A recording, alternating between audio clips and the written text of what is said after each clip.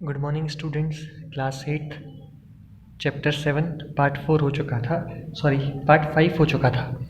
Part 6 करना है हमें। पार्ट 5 मैंने आपको इंडस्ट्रीज़ तक पढ़ाया था, फिर पार्ट 6 हमें यहाँ से करना है। यहाँ पे मैंने लिखा है पार्ट 5, यहाँ से करना है हमें। The first major spurt in the development of cotton factory production in India therefore was during the First World War, when textile imports from Britain declined and Indian factories were called upon to produce cloth for military supplies। ठीक है, तो इस line का मतलब क्या है ये मैं आपको बताता हूँ। द फर्स्ट मेजर स्पट, अब हुआ क्या था ये मैंने आपको बताया ना कि वहाँ की गवर्नमेंट वहाँ के गुड्स को प्रमोट कर रही थी। कैसे? उन्होंने इंडिया के गुड्स पर ड्यूटी ज़्यादा बढ़ा दी, तो इंडिया के गुड्स वहाँ नहीं जा रहे थे। ठीक है, और क्या हो रहा था, लेकिन फिर इंडिया के गुड्स इंडिया में तो बिक रहे थे, लेकिन ब्रिटिशर्स के भी गुड इंडिया में बिक रहे थे। और क्यों बिक रहे थे? क्योंकि यहाँ पे कॉलोनियल गवर्नमेंट थी, तो ब्रिटिशर्स तो अपने गुड्स को डी प्रमोट नहीं करेंगे ना, उनको तो अलाउ करेंगे कि आए भले। ठीक है, जिसकी वजह से हमें तगड़ा कॉम्पिटिशन फेस करना पड़ा। अब ये जो मतलब लिखा है यहाँ पे मैं आपको बताता हूँ। मेजर स्पट, स्पट मतलब होता है गति। अब हुआ क्या था, 1854 में फर्स्ट कॉटन मिल आई थी। ठीक है, 1854 से 1914 तक। ठीक है, 1854 से 1914 की अगर बात करें तो 70 साल लगभग, सॉरी 60 साल, है ना। इन 60 सालों में क्या हुआ कि 1854 में फर्स्ट कॉटन मिल आई, 1914 तक। 1914 में फर्स्ट वर्ल्ड वॉर हुआ, तो फर्स्ट वर्ल्ड वॉर हुआ ना 1914 में, तो 1914 में फर्स्ट वर्ल्ड वॉर होने के कारण जो यूरोप कंट्रीज़ हैं, मतलब जो ब्रिटेन वगैरह कंट्रीज़ हैं, तो ये लोग वॉर में इन्वॉल्व हो गए। तो हुआ क्या कि इन लोगों ने कॉटन टेक्सटाइल्स बनाना बंद कर दिए। ठीक है, कॉटन टेक्सटाइल्स बनाना बंद कर दिए। इन लोगों ने क्या बनाने लगे, हथियार बनाने लगे, वेपन्स बनाने लगे। अब हुआ क्या, पहली बात तो वो लोग ये सब बनाना छोड़ दिए, तो ब्रिटिशर्स के गुड्स इंडिया में नहीं आ रहे। ठीक है, अब क्या हुआ, ब्रिटिशर्स के गुड इंडिया में नहीं आ रहे, लेकिन अब क्या होगा, अब इंडिया में ही हम गुड्स बेच पाएंगे। क्यों? क्योंकि ब्रिटिशर्स के तो अब आ ही नहीं रहे हैं ना, क्योंकि वो लोग वेपन्स बना रहे हैं। तो हमने गुड्स बनाना स्टार्ट कर दिया। हम पहले भी बना रहे थे, पर अब और प्रोडक्शन बढ़ गया। क्यों? क्योंकि अब ब्रिटिश से गुड्स आ नहीं रहे थे, ब्रिटेन से। पहली बात। दूसरी बात क्या हुआ, जब वो लोग वॉर में थे, तो वॉर में हैं तो कपड़े तो पहनेंगे ही ना एटलीस्ट। तो वॉर में इसका मतलब ये थोड़ी नहीं कपड़े नहीं पहनेंगे, तो उनको भी कपड़े प्रोवाइड कराने के लिए, ठीक है, जैसे बूट्स हो गए उनके, है ना, उनकी जो ड्रेसेस हो गई, वो भी हमने बनाना स्टार्ट कर दिया। हमने वो बनाना स्टार्ट कर दिया तो दो बेनिफिट हुए। कैसे? पहली बात, इंडिया में कॉटन टेक्सटाइल का प्रोडक्शन बढ़ गया क्योंकि ब्रिटेन से गुड्स नहीं आ रहे थे। दूसरी बात, हमने उनके लिए बूट्स वगैरह, ड्रेसेस वगैरह, जो उनको कहते हैं ना कि जैसे लड़ाई करने जाते हैं तो दूसरे टाइप की ड्रेसेस लगती हैं, वो बनाना हमने स्टार्ट कर दी, तो डबल बेनिफिट हो गया।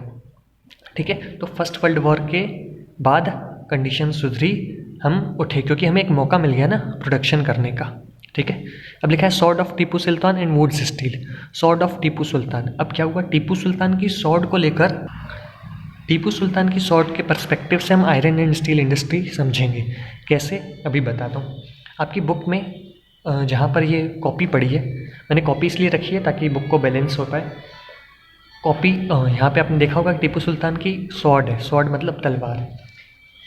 We begin the story of Indian steel and iron metallurgy.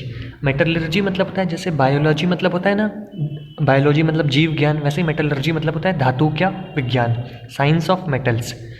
We begin the story of Indian steel and iron metallurgy by recounting the famous story of Tipu Sultan, who ruled Mysore till 1799।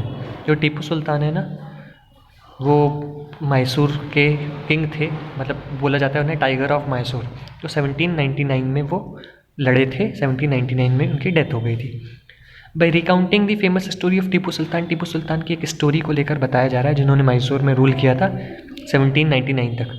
4 Wars, उन्होंने 4 लड़ाइयाँ लड़ी थी with the British and died fighting with his sword on his and. और लड़ते लड़ते उनके हाथ में तलवार थी, वो मर गए। 4 वॉर लड़ने के बाद ब्रिटिशर्स जीत गए थे।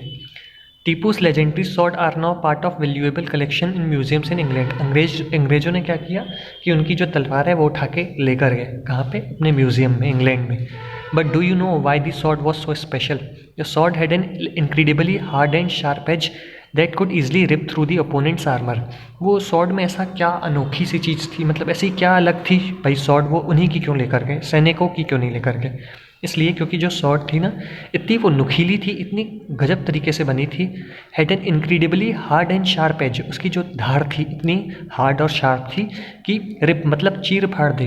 क्या चीर फाड़ दे? जो सामने वाला ओपोनेंट है ना, ठीक है, अगर हम उसे मारेंगे तो तलवार, तो उसने जो भी पहना हुआ है अपने प्रोटेक्शन के लिए स्टील को, उसको भी चीर के वो सामने वाले के चेस्ट में या पेट में घुस जाएगी।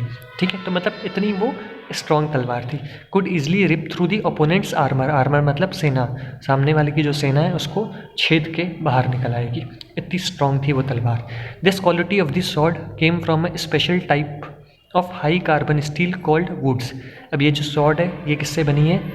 एक हाई कार्बन स्टील, मतलब देखिए मेटल्स अलग अलग होते हैं, आयरन, स्टील, ठीक है। तो this quality of sword came from a special type of high carbon steel, एक ये मेटल होता है, उसको क्या बोला जाता है? Wootz, which was produced all over South India.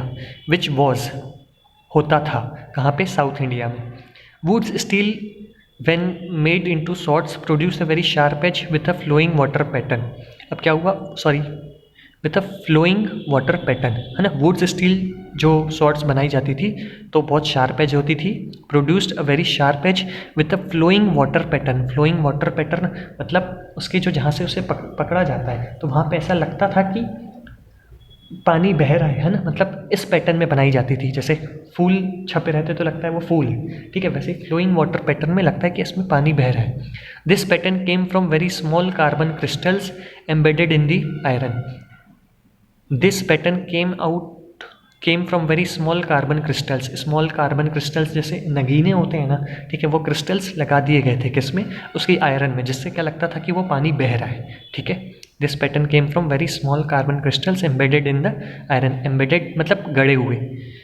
Francis Buchanan, ये कौन है? Who toured through Mysore in 1800 years. अब ये कौन है? फॉरेन के पर्सन है, ठीक है। इन्होंने क्या किया? मैसूर आए। क्यों आए? टीपू सुल्तान, उन्होंने ना मैसूर पूरा टूर विजिट किया। Who toured through Mysore in 1800, 1799 में टीपू सुल्तान की डेथ हुई, 1800 में आए, a year after Tipu Sultan death. Has left us an account of the technique by which wootz steel was produced in many hundreds of smelting furnaces in Mysore. वो यहाँ पर आए तो उन्होंने मैसूर टूर किया। अब ये पता लगाया उन्होंने कि इनकी जो टीपू सुल्तान की तलवार है ये कैसे बनी है ना। पूरा मतलब उसके बारे में रिसर्च किया कि कैसे बनी है, ठीक है। तो उनसे क्या पता चला कि उन्होंने जब ये पता लगाया तो एक इसका चिट्ठा, मतलब कह सकते हैं एक रिपोर्ट, एक सर्टिफिकेट, एक इन्फॉर्मेशन वो छोड़ के चले गए। यहाँ पे लिखा है Francis Buchanan who toured through Mysore in 1800 a year after Tipu Sultan death has left us an account. एक अकाउंट छोड़ के चले गए, एक रिपोर्ट, कि ये कैसे तैयार हुई थी तलवार। एक फार्मूला दे के चले गए, है ना। फार्मूला तो हमारा ही था, भारतीय बनाते थे, पर पता नहीं था जैसे इनको, तो उन्होंने एक रिपोर्ट तैयार की। Account of the technique by which wootz steel was produced in many hundreds of smelting furnace. Furnace मतलब होता है भट्टी में बनाई जाती थी, ठीक है, लोहे को पिघला के। Smelting furnace in Mysore. In this furnace iron was mixed with charcoal and put inside small clay pots. जो मिट्टी के बर्तन थे उसमें क्या होता था कि आयरन को चारकोल के साथ मिला दिया, उसके बाद वो भट्टी जलाई।